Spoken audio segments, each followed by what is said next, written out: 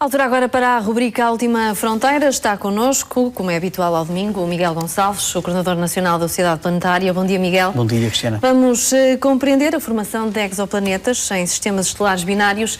Vamos falar também do hipotético Planeta 9. Então vamos lá. Vamos começar esta viagem até cerca de 1000 anos-luz de distância da Terra e vamos encontrar, se calhar, uma paisagem digna de Star Wars. Daí tu teres referido precisamente o sistema ou paisagem Tatooine, o mítico planeta de Star Wars. E porquê? Porque os astrónomos analisaram aquilo que parecia ser uma estrela isolada, olha, uma anã branca perfeitamente vulgar. A anã branca corresponde aos estágios finais da vida de uma estrela com a massa do nosso Sol, por exemplo. E então, primeira surpresa, olha, não era uma estrela isolada, não.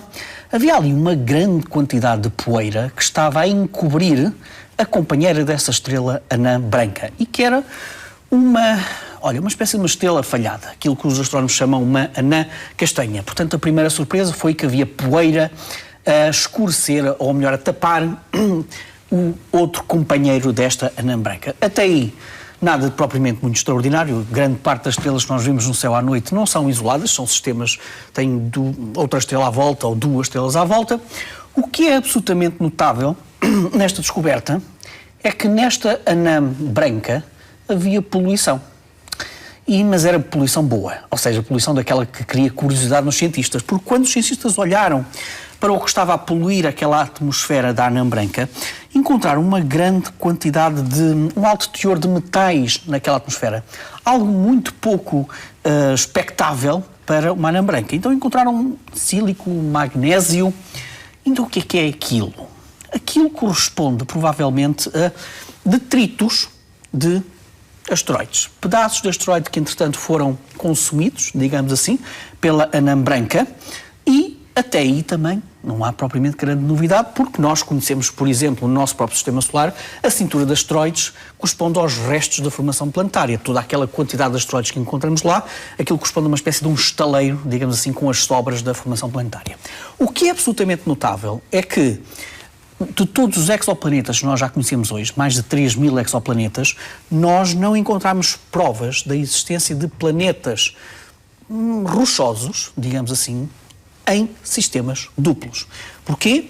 Porque, de acordo com muitos modelos computacionais e gravitacionais, dizem-nos que tudo que houver assim de blocos construtores de planetas rochosos, que para se criarem precisamente planetas como a Terra têm que se unir, têm que se juntar ao longo de milhões e milhões e milhões de anos, o que dizem os modelos é que quando nós temos duas estrelas, há ali um jogo gravitacional que impede que estes blocos construtores se unam para criar planetas terrestres. E, portanto, quando nós encontramos uma anã branca que aparentemente terá comido matéria que dá origem a planetas terrestres, o que cria logo a ideia junto à comunidade científica é que, eventualmente, neste sistema duplo, neste binário estelar, nós temos ali, eventualmente, planetas rochosos que conseguiram criar, no fundo, que se conseguiram desenvolver, apesar do jogo gravitacional entre estas duas estrelas. E, portanto, lança também o debate sobre o número possível de exoplanetas que se podem construir, que se podem formar à volta de estrelas, de binários, e a qualidade desses exoplanetas. Ou seja, aquilo que nós encontramos até hoje em sistemas binários foram gigantes gasosos, como Júpiter, como Saturno, como Urano, como Neptunos. Agora, o que nos diz essa descoberta é que, não, há ali também blocos construtores de planetas terrestres, planetas parecidos com a Terra.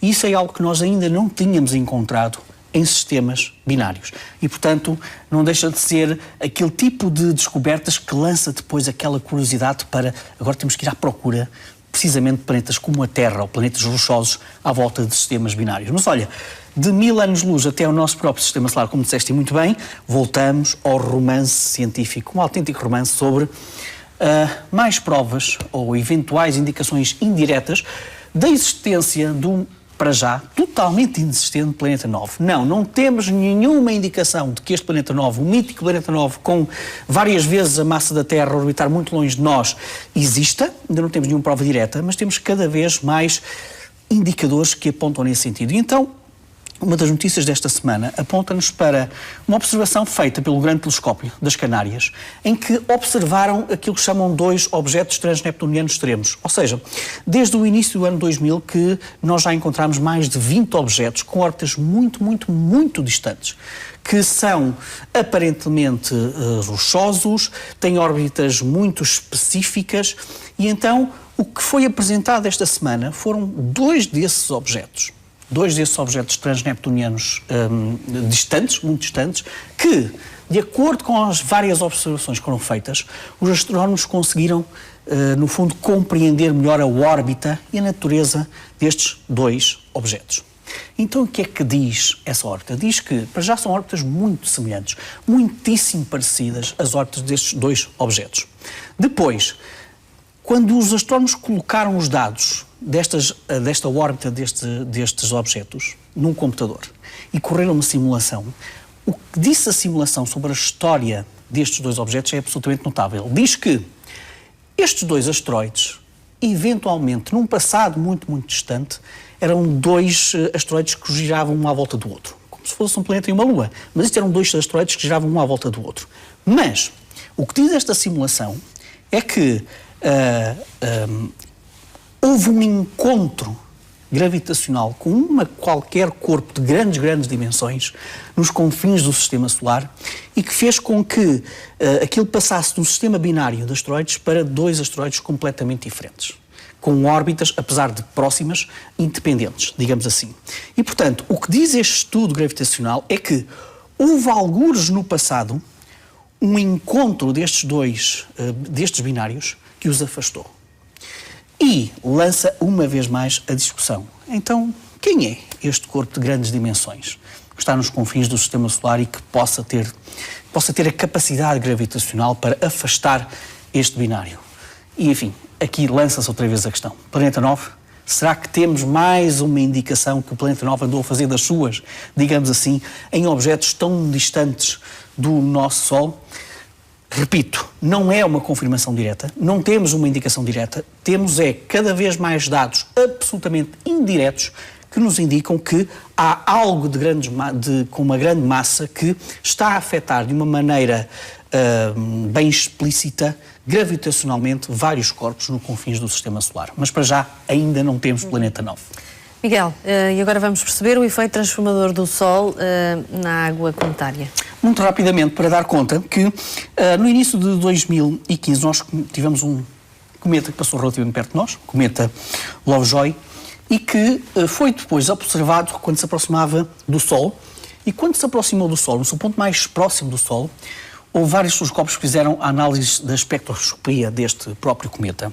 E então, o que nós encontramos foi que há 2 tipos de água. Nós conhecemos o H2O, dos nossos tempos do ensino secundário, mas há uma forma de água mais pesada, que é quando o átomo de hidrogênio tem um neutrão também no seu núcleo. E então, o que eles conseguiram medir foi precisamente a produção de água pesada e de água normal neste momento à medida que se aproxima do Sol. E o que eles mediram foi o seguinte: a produção desta água pesada foi 2 a 3 vezes maior, enquanto que a produção de água permaneceu constante.